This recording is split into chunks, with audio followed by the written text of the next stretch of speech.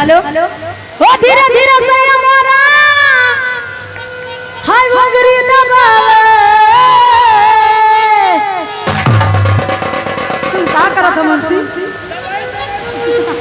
दवाई में सो रही थी ओ धीरे धीरे से हमारा हाय वगरी दबावे गबलवा राम जाने का हो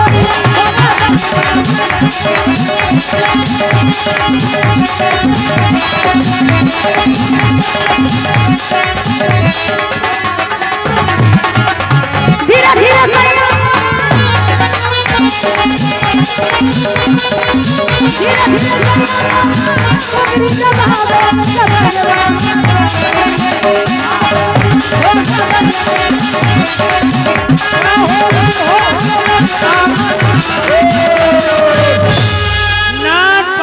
तरफ से 500 रुपया आ रहा है नीतू चलो ढोले में इधर भी शुक्रिया ओ दिनवा से भेदिया बुलाइल बा आज हमरो मौसम पकड़े है तो हमारो लगन के मौसम पकड़े के लगन लगे से ओ दिनवा से भेदिया बुलाइल बा ओ डोली लेके आ जा गबनिवा गबनिवा गबनिवा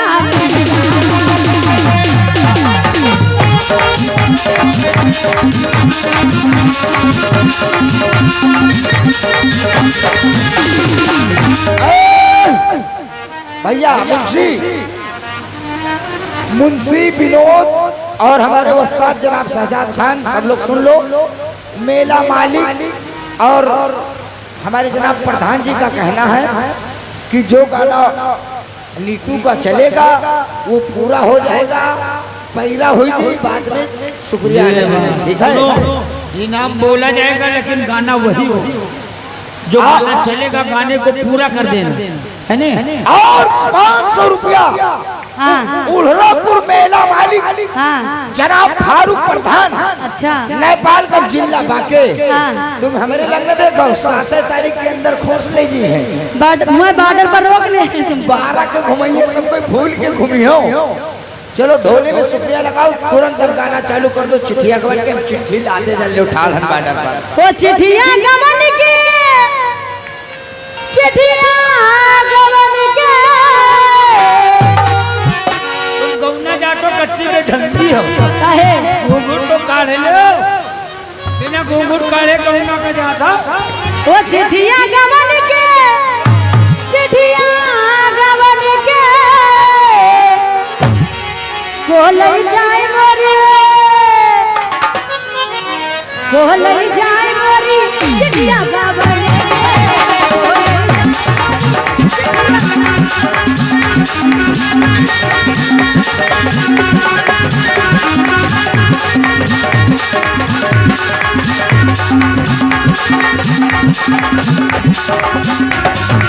जब मैं हो गई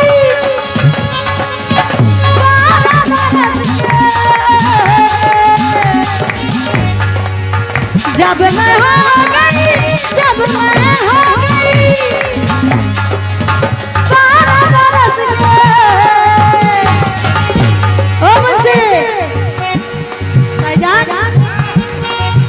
आसमान हो 12 साल के रही गई 12 साल के रही गई तब तो चूल्हा कटिया एकदम भी ठीक के नहीं पड़ा। जब मैं हो गई 12 बरस के आसमान हो आसमान हो राजा चलवा घुमाली जी आसमान हो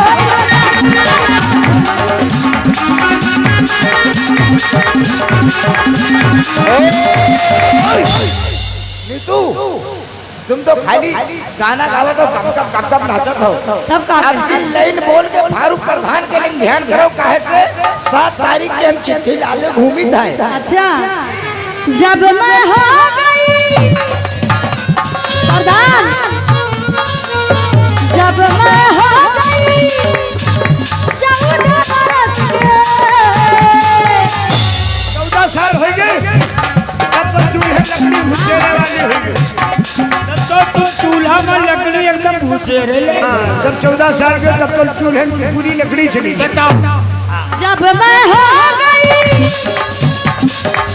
14 बरस के, आसमान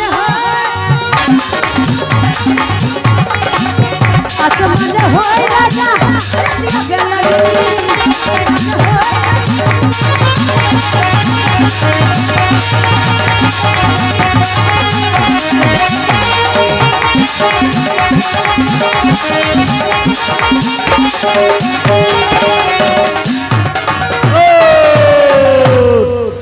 और फिर हमारे नानपारा के तरफ से नीतू 500 रुपया और मिला।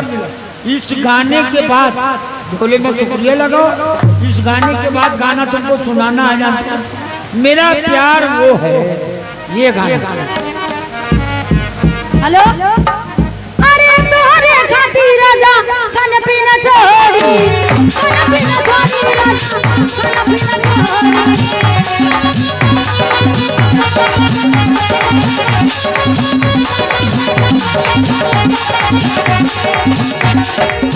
राजा हो तुझे संग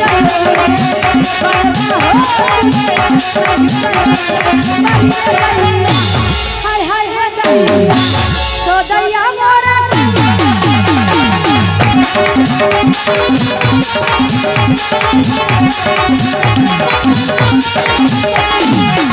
जब मैं हो गई साल के रहोगे तुमका प्रधान बनावत है। हाँ ए भैया सारे तनी प्रधानों सुन लिया करो यार। दौड़ के जा। नहीं बनावत है। हाँ जानतो को बोले इसी हाँ जाके दादा बोले मुझे। नहीं प्रधान बना। जब मैं हो गई मैं अपने प्रधान जी से क्षमा चाहता हूँ। हाँ जो हमारे मेहमान प्रधान आए हैं, हाँ। साहब 10 मिनट आप घड़ी देख लो बस। हाँ 10 मिनट का मोहलत और दे दो।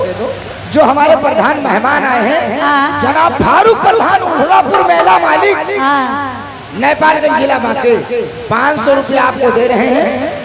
ढोले में शुक्रिया लगाने के बाद हैरान मोरा कंगना रात झक्का झोरी में सुना। अच्छा कंगना नहीं, हिरान में गदहा रात झक्का झोरी। हमारे 200 बैल गदहा मेरे घरे बंधे। हेलो, हो कब